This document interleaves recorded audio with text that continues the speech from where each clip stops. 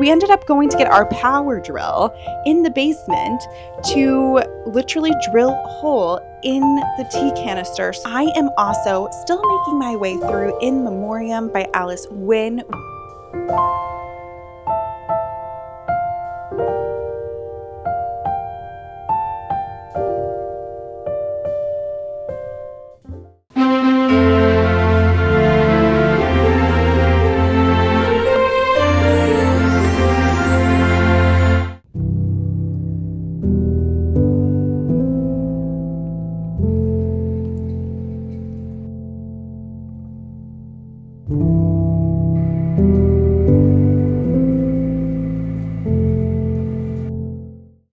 Hello, everybody, and welcome back to Vlogmas episode 4. Thank you so much for being here. If you are new here to my channel, my name is Sophia and I make bookish content. And right now I am in the middle of a Vlogmas series all the way up through Christmas Eve, where I upload every 3 days-ish. And I'm having lots of fun reading and life festive adventures. So if you're enjoying the festivities, feel free to join in for Vlogmas and for always. But without further ado, let's get into today's David's tea, not pick, because I'm actually back on schedule, David's tea advent calendar for today. This tea is called Mother's Little Helper, which I thought was like a benzo in the 50s, but apparently not. It is lemongrass, chamomile, and just it sounds like very relaxing herbs, but it brewed to be this like purple color. I don't think you can really see it. So I'm very curious what I'm going to think of this.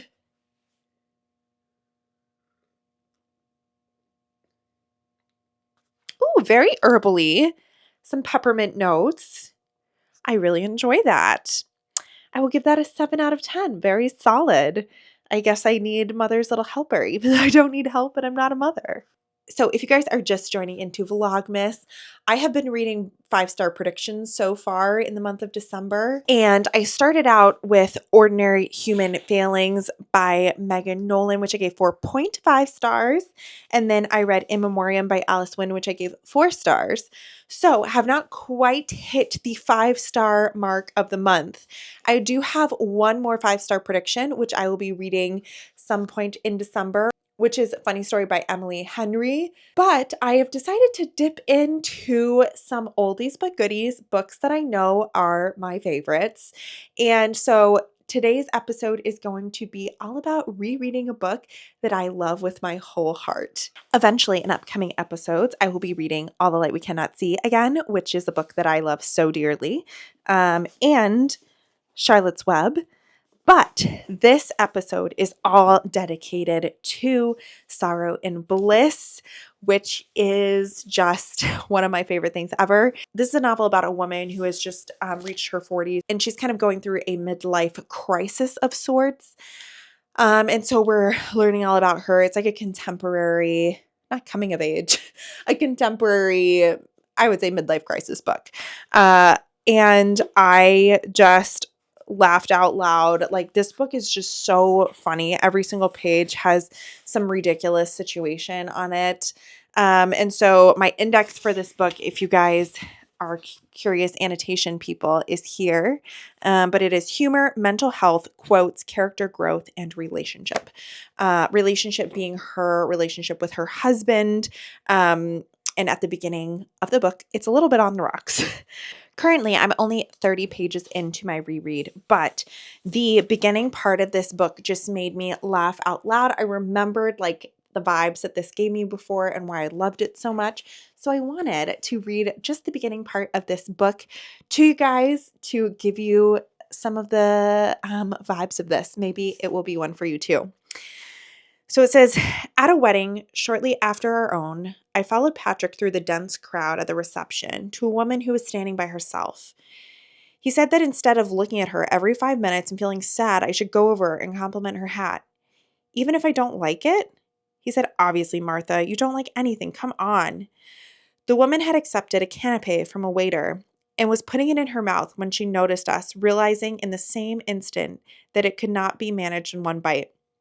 As we approached, she lowered her chin and tried to shield her effort to get it all the way in and then all the way out, with the empty glass and supply of cocktail napkins in her other hand.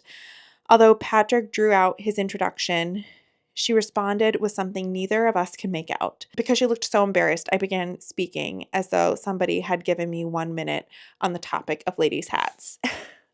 Like, everybody's been there. A wedding, you like can't get a hors d'oeuvre in your mouth. And so you're just like standing there and you like don't have anywhere to put anything down. And I just thought that was a hilarious way to start this book.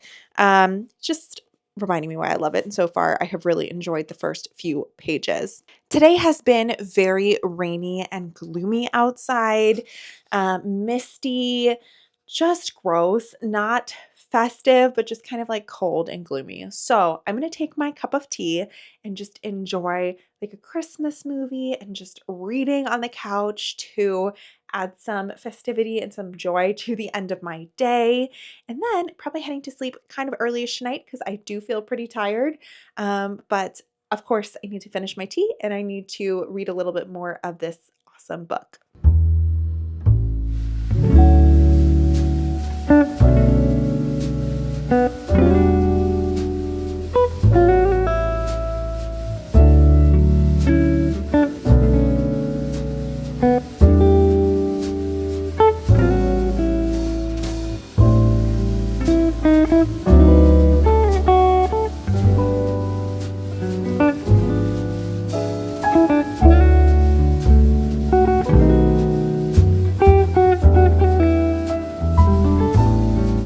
So I have discovered something that may or may not be getting in the way of me getting Christmassy stuff done and reading done, and that is that the new season of Queer Eye has been released, and it's the Las Vegas season with a new cast member, Jeremiah. I'm literally 15 minutes into the first episode, so I don't have any like late breaking thoughts about the season so far or about the new cast member.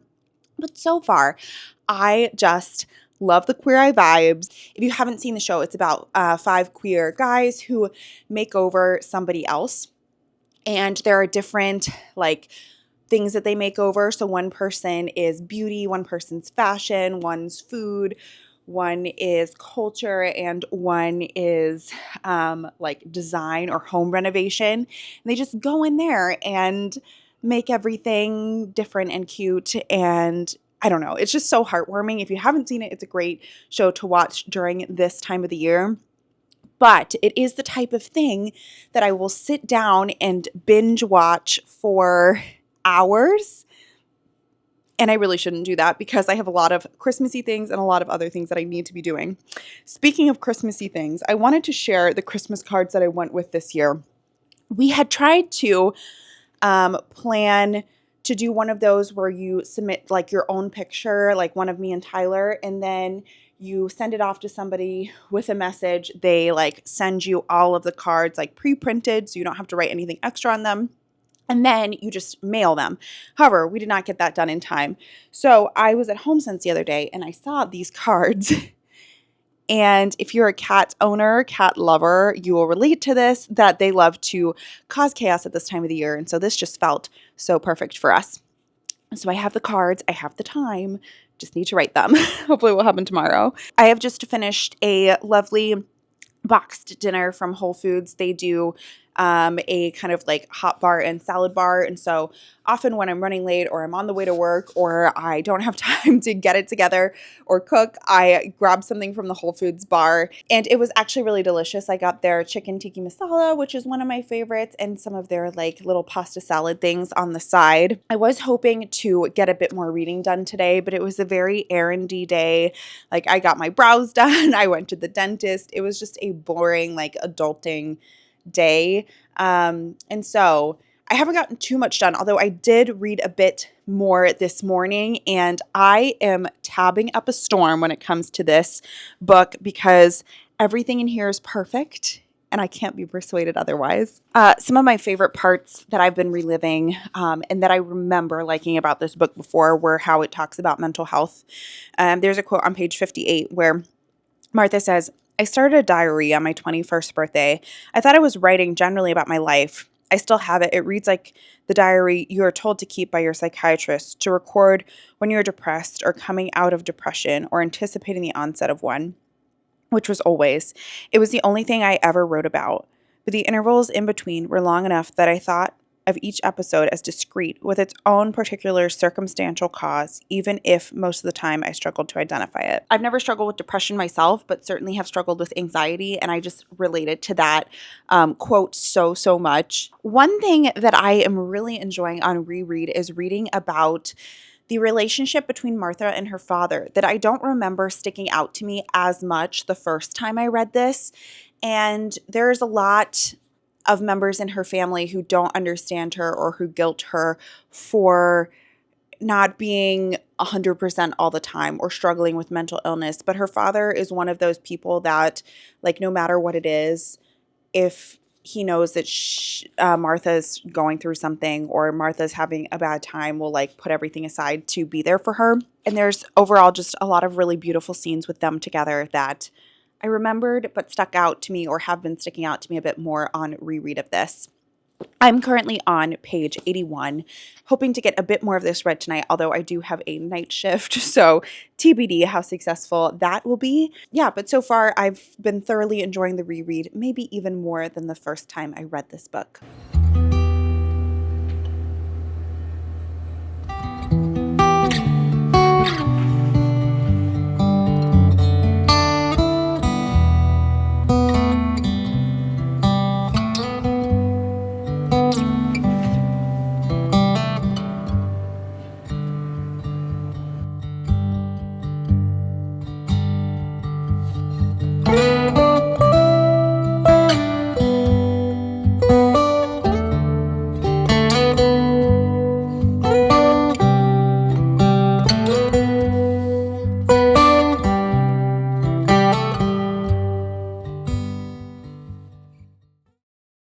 So I finished writing my Christmas cards and I'm planning to pop them in the mail tomorrow if all goes to plan.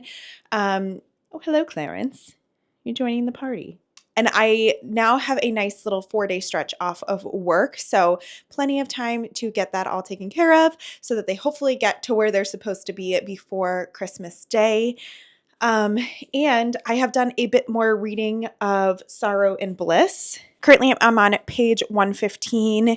And, you know, one thing that struck me so much with this reread is just how much I had forgotten about this book and all of the things that are in here that I guess didn't get emphasized in my brain on first read, so I just didn't remember at all that they were parts of this. I don't want to get too far into like spoilers of this, but it just had so many more scenes, so many more characters than I remember from my first read. But still, as of right now, it is a roaring success, and I'm really enjoying it even more than my first read.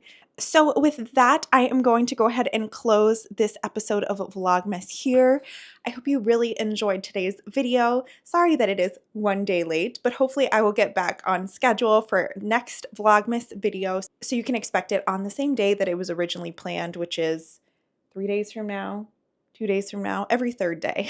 And if you reached the end of this video, comment a letter emoji in the comment section down below. And with that, I will see you guys very soon with another video. Bye.